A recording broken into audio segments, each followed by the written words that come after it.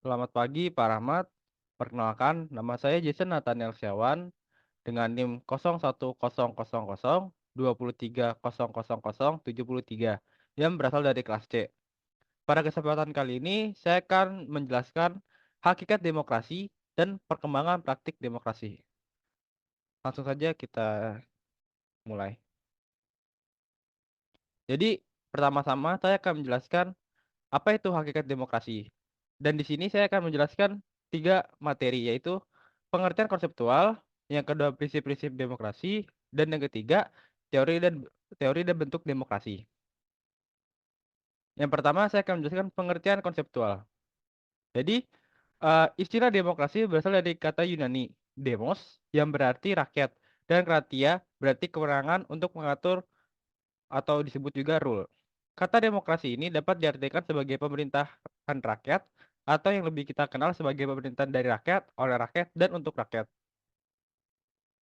Demokrasi dapat didefinisikan sebagai kekuasaan atau kewenangan untuk mengatur masyarakat, rule of the people. Rakyat merupakan sumber utama kekuasaan, kewenangan, dan kepentingan, sehingga kesejahteraan rakyat adalah tujuan utama bagi penguasa politik atau pemerintah. Selain itu juga, kekuasaan negara yang diperoleh dari rakyat juga harus digunakan untuk kesejahteraan dan kemampuan rakyat. Prinsip trias politika sangat penting untuk diperhitungkan ketika fakta-fakta sejarah mencatat kekuasaan pemerintah atau eksekutif yang begitu besar ternyata tidak mampu untuk membentuk masyarakat yang adil dan beradab dalam demokrasi.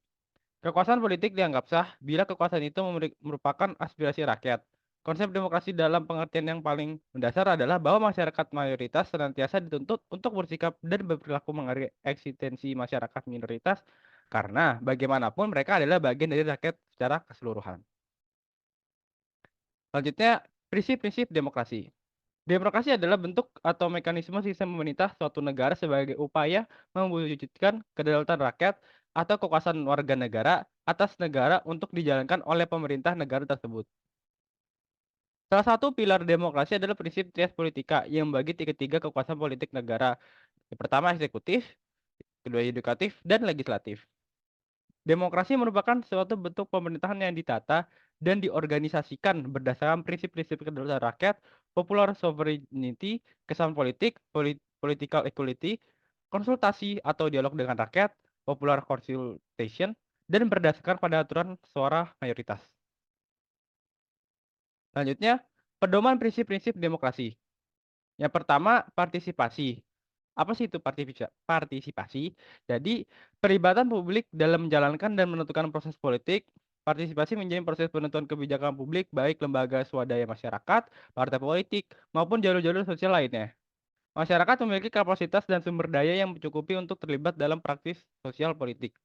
Kedua, inklusivitas. Demokrasi selalu memandang dan menempatkan individu secara politik. Politik akan melakukan setiap individu warga negara tanpa mempertimbangkan perbedaan latar belakang, ras, etnis, kelas, gender, agama, bahasa, maupun identitas lainnya. Yang ketiga, perwakilan atau disebut juga representation, yaitu jalur yang paling rasional adalah menyediakan perangkat perwakilan jika mempertimbangkan keterbatasan waktu dan ruang untuk partisipasi secara langsung absolut dalam setiap proses politik dan kekuasaan pemerintah. Institusi politik seperti wakil rakyat harus mewakili arus utama opini publik yang terus berkembang. Keempat, transparansi atau disebut juga transparansi. Masyarakat adalah basis otorisasi institusi-institusi politik. Lembaga politik mendapatkan legitimasi dari masyarakat. Masyarakat harus mendapatkan ruang dan kesempatan dalam mempertanyakan kinerja institusi politik yang ada. Yang kelima, partisipasi. Akuntabilitas hanya akan mungkin jika institusi-institusi negara publik transparan, pertanggungjawaban adalah harga mutlak penyelenggaraan pemerintah. Akuntabilitas merupakan unsur penting demokrasi. Keenam, responsiveness atau kecepatan merespon. Demokrasi memungkinkan kelompok-kelompok masyarakat mendapatkan akses langsung kepada lembaga-lembaga politik publik. Kemampuan mengantarkan pelayanan publik menunjukkan kualitas institusi-institusi politik. Yang ketujuh, kompetisi atau otorisasi. Demokrasi juga merupakan sebuah sistem politik yang membuka ruang bagi petarung parpol dalam proses pemilihan umum. Sistem kompetisi ini harus mengandung kondisi di mana warga negara mendapatkan ruang merdeka dalam memilih kandidat wakil rakyat yang berkualitas. Dan yang terakhir, kedelapan, Solidaritas. Solidaritas dapat menemukan ekspresinya saat sebuah kebijakan publik menjunjung prinsip-prinsip, norma-norma, dan aturan-aturan hukum yang disepakati oleh institusi-institusi multilateral.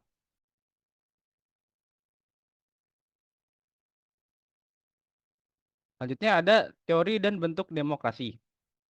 Secara teoritis, demokrasi merupakan bentuk hasil pilihan individu, kelompok, dan masyarakat atau rakyat secara keseluruhan.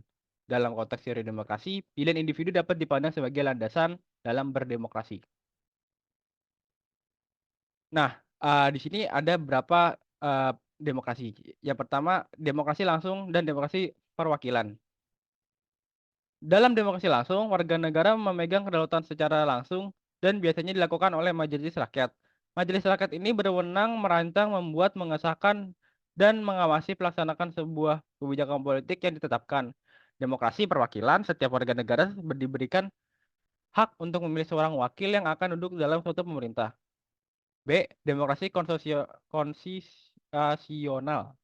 Demokrasi di mana hukum tidak dapat disahkan tanpa mendapat persetujuan dan kesepakatan baik oleh mayoritas mutlak maupun oleh badan legislatif yang mewakili kepentingan kelompok masyarakat. Yang ketiga, demokratif kompetitif. Demokrasi ini di mana proses keputusan masalah politik dirancang untuk mengakomodasi setiap aspirasi politik yang di dalamnya mencerminkan kepentingan dan tujuan yang beragam.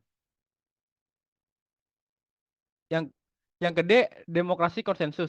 Demokrasi yang dalam proses pengambilan keputusan politik biasanya dirancang untuk mencapai harmoni atau keselarasan dari berbagai kepentingan dan tujuan yang beragam ke dalam persetujuan yang dapat diterima oleh seluruh warga negara. Yang ketiga, demokrasi sentralisasi.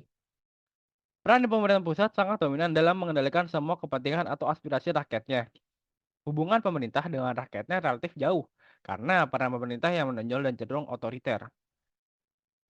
Yang ke F, demokrasi desentralisasi. Demokrasi yang antara pemerintah pusat dan pemerintah daerah memiliki peran dan kedudukan yang hampir sama. Selanjutnya, perkembangan praktik demokrasi. Demokrasi tidak hanya dapat diidentifikasi dengan kebebasan berpolitik. Di masa depan, demokrasi harus mampu masuk ke dalam semua bidang, misal ekonomi, sosial, dan budaya. Yang terpenting adalah bahwa setiap anggota masyarakat berhak berpartisipasi dalam memiliki keterlibatan bebas dalam proses pengambilan kebijakan yang menyangkut dirinya. Selanjutnya ada karakteristik.